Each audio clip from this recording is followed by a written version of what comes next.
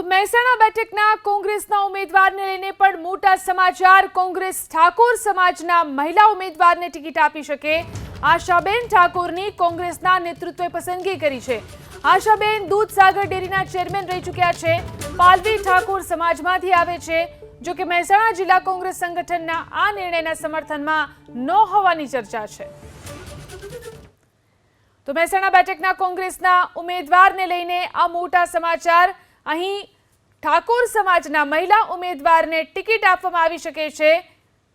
તો આશાબેનને ટિકિટ આપવામાં આવી શકે છે। આશાબેન ઠાકોરની કોંગ્રેસના નેતૃત્વએ પસંદગી કરી છે।